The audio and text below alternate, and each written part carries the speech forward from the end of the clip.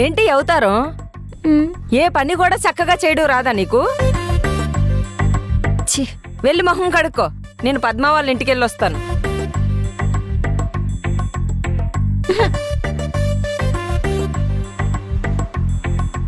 నా కన్న ముద్దేమొద్దు పో. ఇష్టం లేదని తెలిసి కూడా బెండకాయ చేసింది. ఆకలేస్తుంది. ఇప్పుడేం చేయాలి?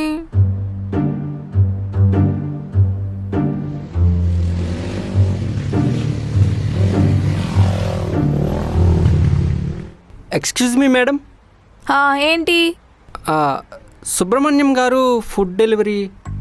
సుబ్రహ్మణ్యం వాడే. ఆర్డర్ ఏంటి? Fry piece biryani. పేమెంట్ అయిందా?